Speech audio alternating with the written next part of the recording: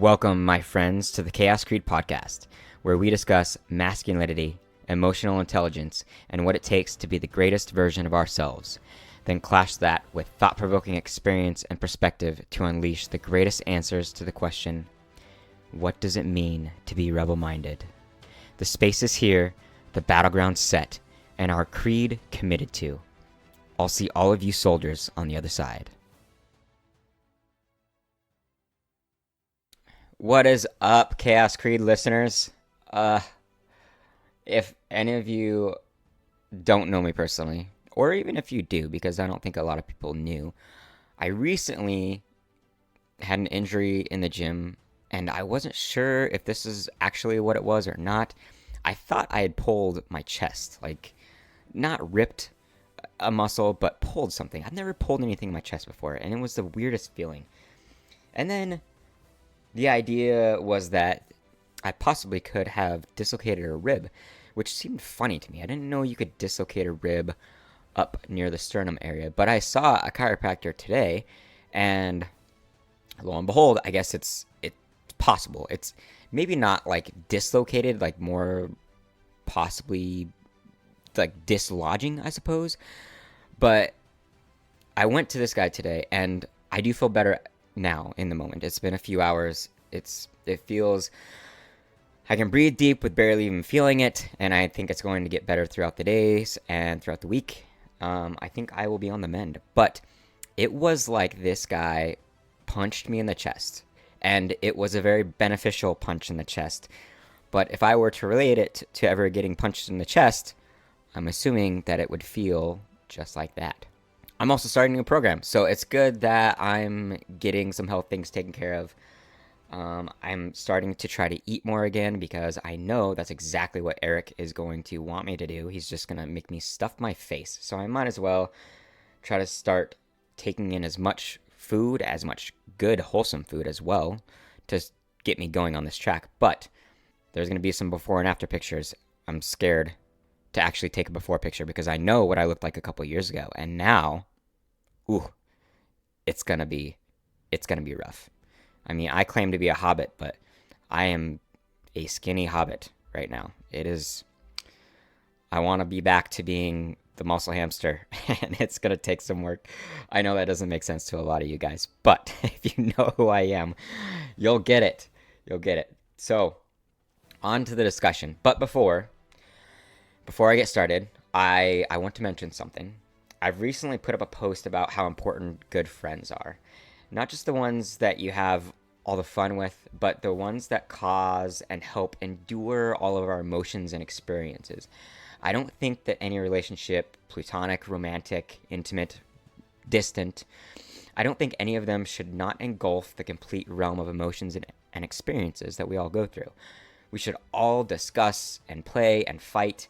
We should all endure and relate and struggle and satisfy and challenge each other constantly.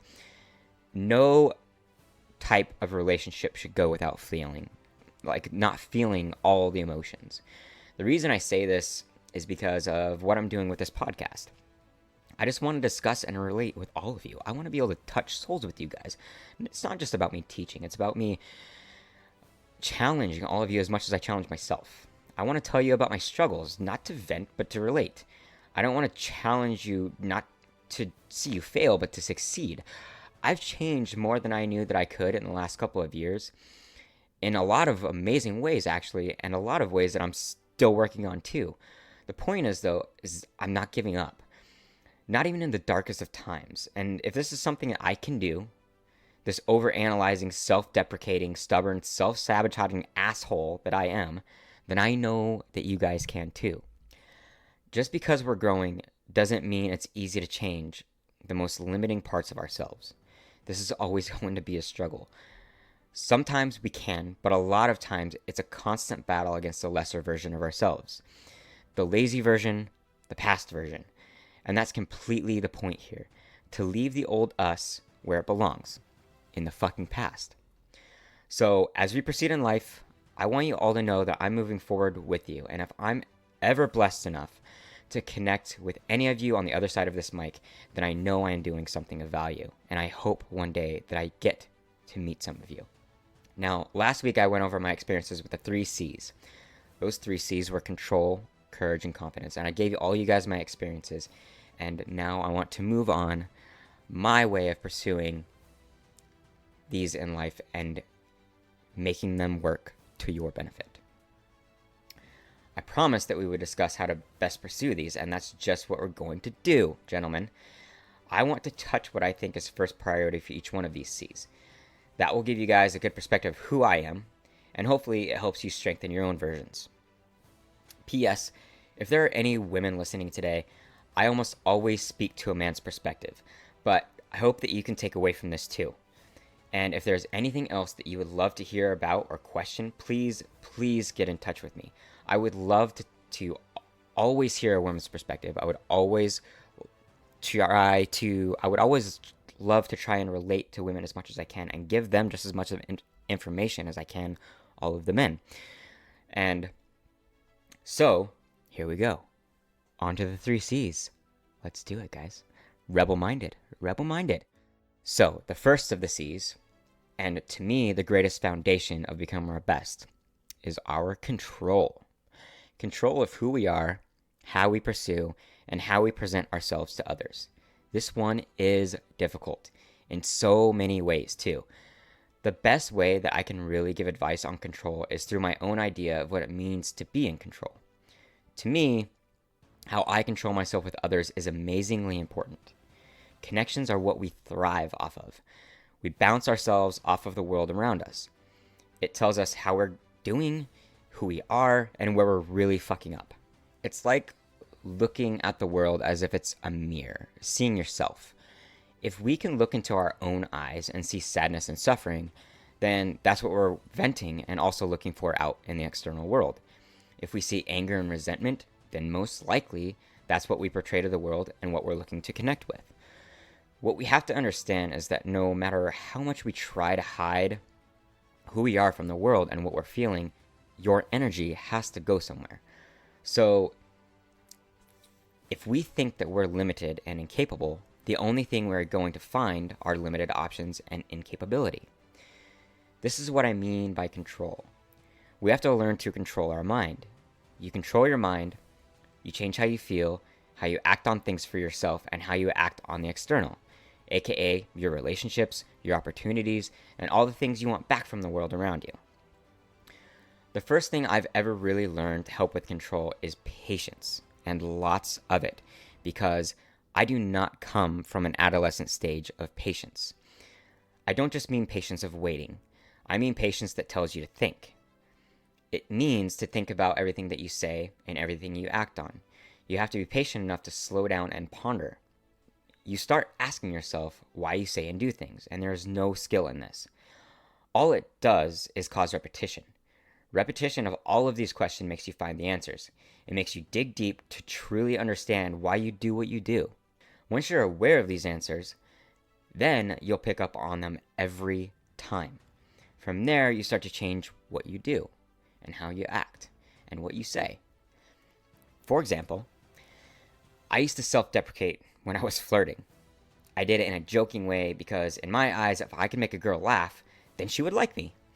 But no matter how great it sounded in my head, and even if she might laugh, all she could hear behind the words is lack of confidence. I had a hard time being confident because I thought it was just cocky. I thought being confident was directly related with being arrogant and cocky. But there's a strong version of confidence out there that doesn't include arrogance. Remember, women know emotions damn well. They can smell confidence issues from a mile away, guys. And it doesn't matter how much cologne you try to cover it with. Once I figured out what I was doing, I felt so wrong for being that guy. It made me feel weak and the lowest on the totem pole of great men to date. I didn't feel like anything. I felt like I was the part of the totem pole that was stuck in the dirt. Not seen, dirty, never to be used, never to be looked to. So you get control where you are on that totem pole, and it has nothing to do with beating out the other men. It has to do with being the strongest version of your own. Courage is scary, but damn doable. Courage is hard to start, but when you've done it enough, you understand that courage isn't about not having fear. It's about having fear and seeing past the fear to see the opportunity and gain on the other side. That's where that patience comes in, is allowing yourself enough time to have the foresight to see what's to come, to push yourself past that fear, to have the courage to embrace the fear and push past it. The crazy part is, all of us men are so very different in what we fear. I have things that I fear that I still have yet to overcome. Other things men have yet to overcome, I've done with ease. What counts is knowing that because there are so many of us, and since our fears are so diverse, there is amazing potential to help each other through them, because we all have something we can help another with. Now, courage is the gateway drug to confidence, in my opinion. Courage means acting, and acting gives way to knowing that what you're facing didn't cause your heart to stop or send you to jail. Consistency with courage makes it so much easier, and it can lead you to being courageous in other situations too. It has a bleeding effect. One of my greatest wins in courage was my ability to challenge men. No, I'm not talking about throwing fisticuffs or dueling. I have yet to slap another man in the face with a perfectly white glove and confidently challenging him to the death with swords, or tipping my hat to approve a gunfight that ends in blood and death. Thank God that form of masculinity challenge is outdated, or else I wouldn't be here. My only chance would be my ninja style moves because of my small stature. That's the only thing I got. I was always in fear of other men. I stopped from saying most anything because I completely feared putting another man into a mood that would get me hurt, embarrassed, or cause me shame. But let me tell you something. The first time I had the courage to speak my mind to another man, not only did I not die, I felt absolute freedom. And like I said before, that led me into confidence in who I was. It led me into realizing I had a voice. I could fight for what I believed in, and I could do it without having to feel shame, or even shaming another man. Masculine challenge has nothing to do with leaving a victim dying in his own blood. Actually, it really shouldn't. Conquering one another leads to less men. Both becoming stronger from interaction still leaves two men intact, and both the ability to grow from the experience, and both with the ability to change others. As I progress, I gain more and more courage and confidence to call men out on their bullshit. Once I told another man, a friend of mine actually, that I believe his alcohol consumption is a crutch. I still believe that. That he was self-medicating with a drug that only covers up issues he was unwilling to deal with.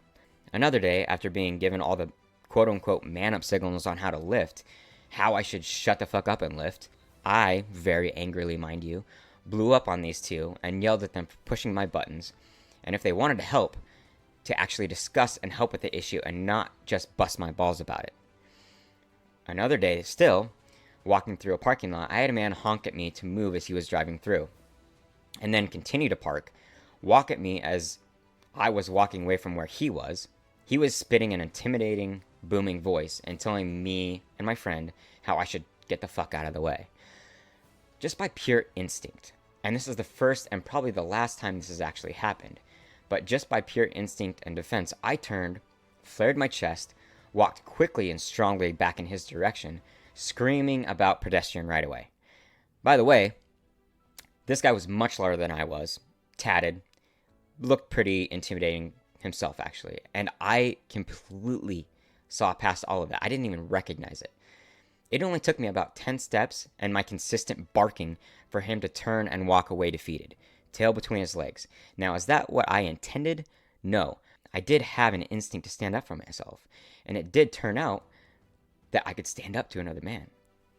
And the most recent of my overcomings was when I was able to speak to my dad and tell him how his constant intimidation and scolding had turned me into a shamed and constant crippling under challenge individual. The point is, none of these even ended up in me being hurt, physically or psychologically. If anything, I grew from these situations. I found out that no other man has control over me. I decide on what I want to shrug off and what I want to challenge. Keep in mind, I'm a man that has a patient and pleasant demeanor. And I'm about the size of a hobbit at 5 foot, 3 inches tall, and I've never really learned any sort of self-defense or combat training. I weigh 135 pounds. I have nothing to make me feel purely confident in winning any sort of physical challenge, let alone intimidate any other man. I'll say it again. I learned that who I am and what I decide to voice can't and should not be silenced by another just because of intimidation, just because of this toxic masculinity, just because of the societal standard of what man is supposed to be, because it's a cover-up, it's an eggshell. It's my right to have a voice, to be honest, and even to speak up when I think something isn't right. Now, what makes us the best we possibly can be, to me, maybe not you, so props to you if you're great with this, but confidence is one of the hardest things to learn. I have a bit of a past that put me behind in learning great confidence, but at my own lack of actions against it. It's my own fault for not growing as quick as I possibly could have, because of fear, because of shame, because of intimidation. Confidence has many dimensions to conquer. Number one, you have to be confident in who you are, first and foremost. You have to be confident that what you do in this world is for you, that you feel pure and good about what you're doing, and that it's for your best interest and an inspiration to the ones around you. Confidence doesn't shame. It doesn't mock. It doesn't even challenge. That's arrogance. That's that thin line that's been blurred. Confidence includes inspiration. It creates new confidence in others. And within my own perspective, confidence is being a student as much as it is being a teacher. You can find confidence in all things that you do, but it's the way you intimately know it and the way you express it. My own confidence came to me in its strongest when I truly decided to not give a fuck what anyone else thinks of me. When I decided to speak and express my own truth, admit what I love most, talk about the hard things in life and what I'm curious about trying in my own life, it not only felt like I was finally done hiding, it also put out a vibe to others. They know where I stand. It leaves less questioning from myself and others about who I am. Believe me, the more you decide to act, speak, and basically altogether live everything you want, your confidence will soar. Powerlifting. That's my baby. In no way am I the best, nor do I know everything there is to know about powerlifting. But the intimacy of the sport has given me enough confidence to know what it takes to be a basic lifter. I can speak the sport, discuss, and create camaraderie and friendship around it. Confidence is being able to ask others about mistakes that I make, their perspective on my form and my follow-through, as well as helping others with their own. The reason I use powerlifting as how I gained my confidence is because of what it did for me. It wasn't just lifting. This opened up a new love and drive for something besides looking sexy in the summer. And yes, I was the bro with the ripped upper body and no strength or size in my bottom half. And no, running doesn't count for upkeep either. That's exactly what I tried to do. The sport of powerlifting made me see exercise as far more than just something to make me look good. It was the things I learned about proportional strength, the humbling I got from the intensity of it, the burn of passion I got from facing my fear of failing lifts being under huge amounts of weight. And one of the greatest things it did for me is put in front of me the people that are some of the most deep humans that are capable of mind-blowing success doing things that most people in this world will never attempt. Physical strength isn't just this showcase of incomparable ability. It's about testing your soul against the challenge that not only iron and gravity can put against you. I'm happy to say that I found a lot of myself in powerlifting. And even though I've been thrown off track recently, and who knows, I may never even compete again, but the experience gave me experiences and friendships I never would have had otherwise, and it gave me the answer to something I had never before been able to see clear. Can I be strong? Can I face the daunting fear of sure failure and find success when the chances are as slim as shooting a target in the dark? It set me up for seeing the worthiness of all failure, to find that slim chance of winning. Because the far and in-between wins are what life is about, and I want to live life with the most amount of wins possible. And the only way to accomplish that is facing fear and failure as many times as I can muster. That, gentlemen, is confidence. It's not presented to you in a box. Although there will be an external reaction from your learned confidence, it's only created. It's manifested from the heart and the mind. And that's what makes confidence one of the best attributes of who you are. Because confidence is purity. It's experience. It's freedom. It's being the only person that you can ever really be. So the sooner you find what makes you confident, the more real you'll ever be. The better you'll be for yourself and everyone around you. I guess the 3 C's here are kind of a compounding effect on one another. They all kind of interlace and give strength to the others. I guess that's why they become so important and why I decided to present them to you like I did. The idea is for all of us to be better men for tomorrow, gentlemen. The better we are set up for tomorrow, the better effect we have on the world. And the better effect we have on the world, the more we love about our life and the more fulfilled we will be at the end of it. And the more accomplished the world will be after you're gone. Thanks for tuning in to the Khaos Kreed Podcast again, guys. I always want to bring the next best thing I can to you guys. And as I learn, I want to bring you along with me. Make sure to follow me again on IG as the Kreed Soldier. Kreed with a K. Stay tuned for more to come. A new website opening up, my blog back on track, and an interview on the next episode. The first one, I'm going to bring a guy named Jake Needham. A lot of you locals are going to know him. Here onto the podcast to hear about who he is, how he sees the world, and how he plans on changing it. See you next time, soldiers. I'm out. Stay strong and stay rebel-minded.